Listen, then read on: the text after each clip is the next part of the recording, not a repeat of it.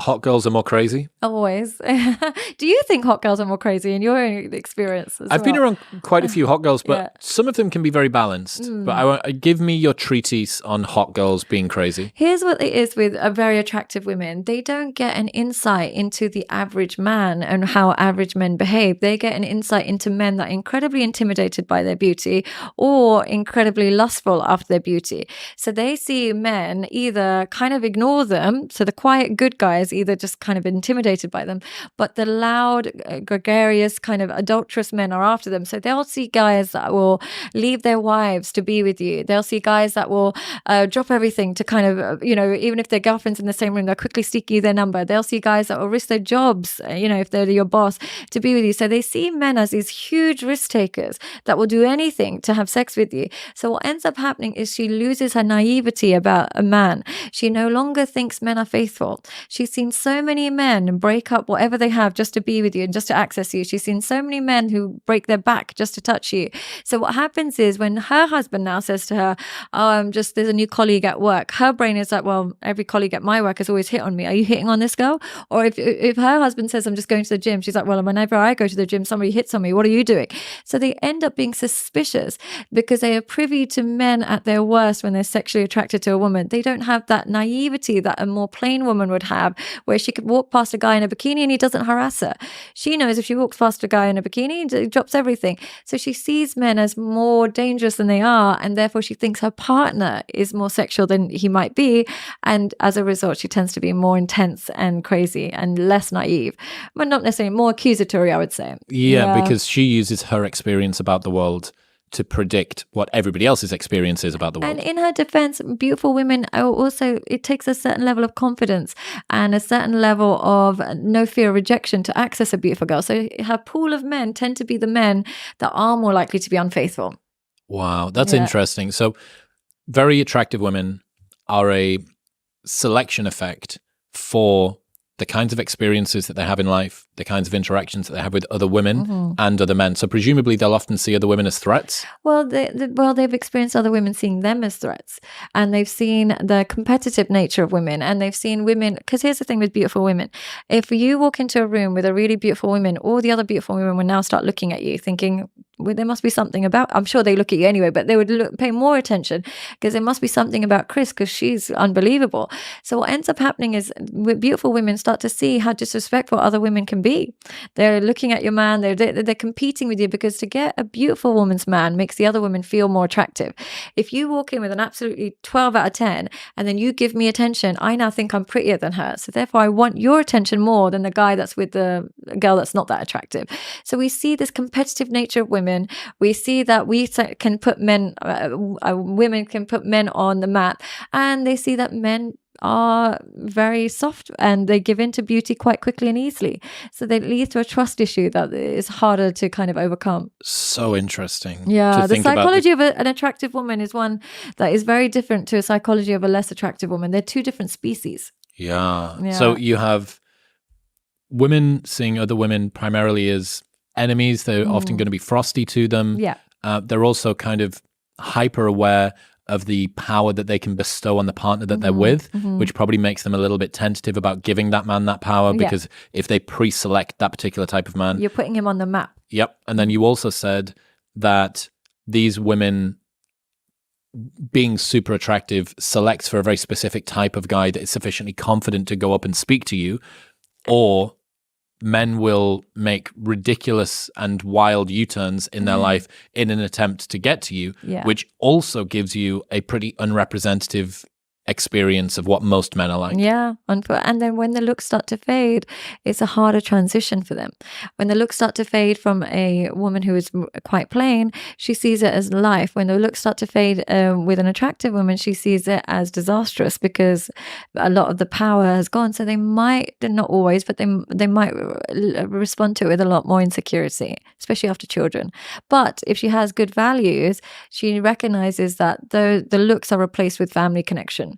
But if she doesn't have good values and her identity is built on her appearance, you'll see that she'll go to more and more extents to kind of prove her attractiveness, and that might lead to promiscuity. So her identity can't be designed and around her looks. It will make her very fragile. It's rough. Yeah, being an it's very attractive rough. woman must be hard. Like, genuinely, it must be very difficult to try and go through the world, because with men, typically, their value to the world doesn't wax and wane in quite the same way. No. You know, it starts off low. Even super attractive guys will remain being attractive for a very long time. Forever. Like, and you just have this sort of slow and steady increase, presumably, and then it'll dip out, and then it'll start to even off towards. And when it dips, you don't care if it dips. By that time, you're so settled in life, you don't care. But for women, it can dip a lot earlier. And there's a lot of talk about pretty privilege and pretty privilege this and pretty privilege that, but there's lots of disadvantages. And the main thing is people look for your flaws a lot more. What happens when you're not attractive is people can accept what you're saying and doing, and they don't really delve into it. But when you're attractive, there's an element of other women or even men saying, well, I bet she's dumb. Well, I bet she's a hoe, or I bet they're looking for the negative so much more. And then they'll say, I bet she's really arrogant and very vain. So you almost have to work against people's negative assumptions of your character. As much as they make positive assumptions of your appearance, they make lots of negative assumptions about your character. So you're in a bit of a battle, and then it's not as easy as it might look to other people. I was a model for a decade and a half in the UK, and I saw a lot of the girls almost counter signal. They would turn up in the most slouchy clothes that they could.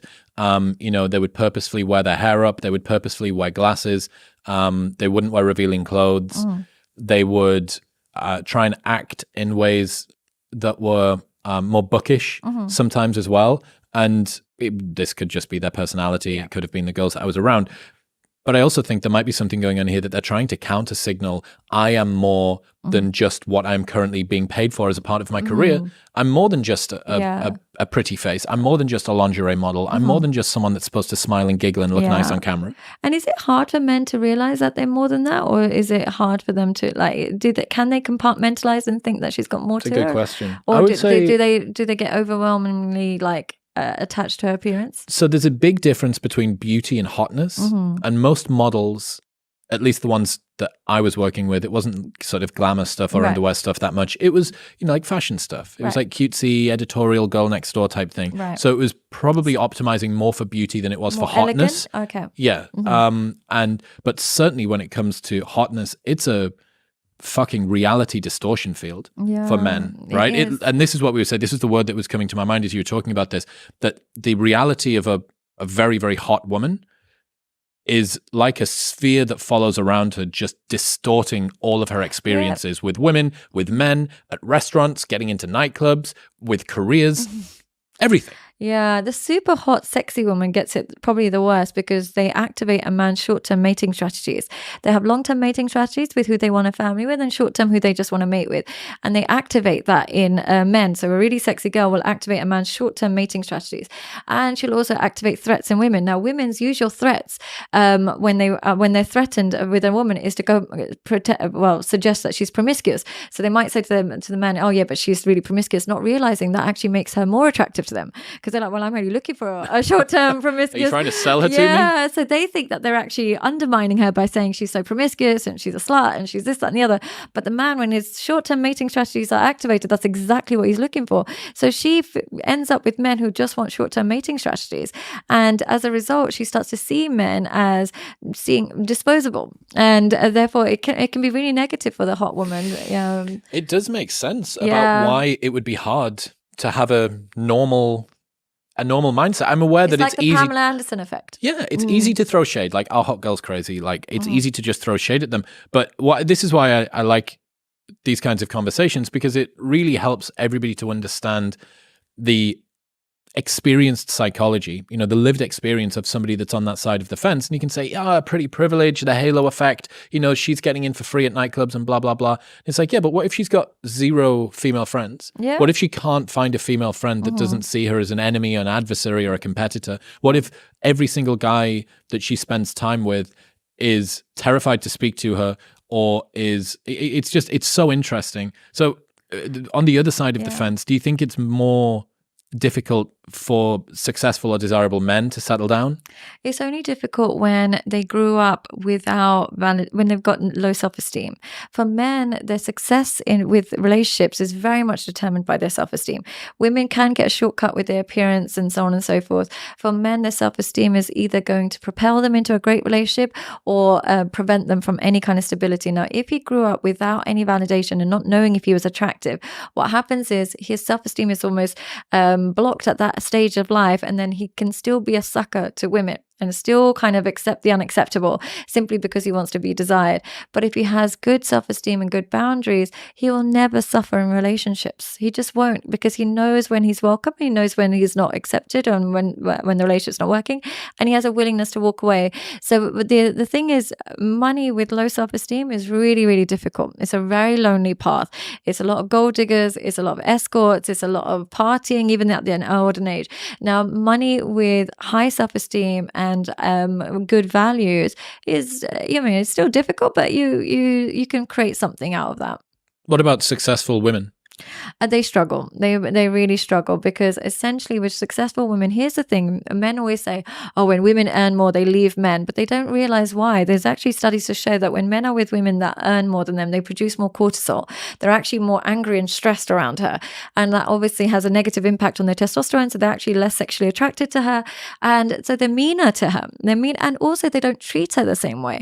If a man is dating a woman who knows is unemployed, say if he's on £20,000 a year, he'll still use whatever he has to treat her well, like, look after her.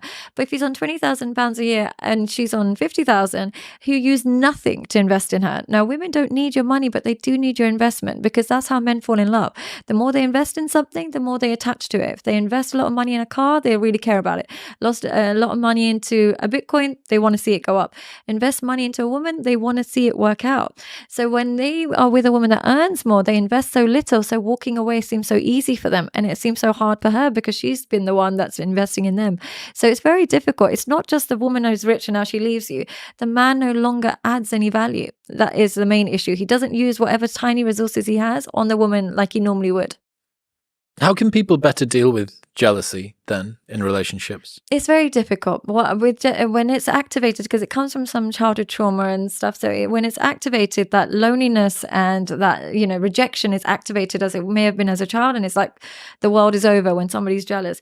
But I think in my experience of working, and even my own experience of jealousy, the only thing that helps remove jealousy is really building an identity outside of the relationship. If jealous people tend to place their entire self-worth and identity on the happiness of their partner and how attracted their partner is to them and what their partner is doing.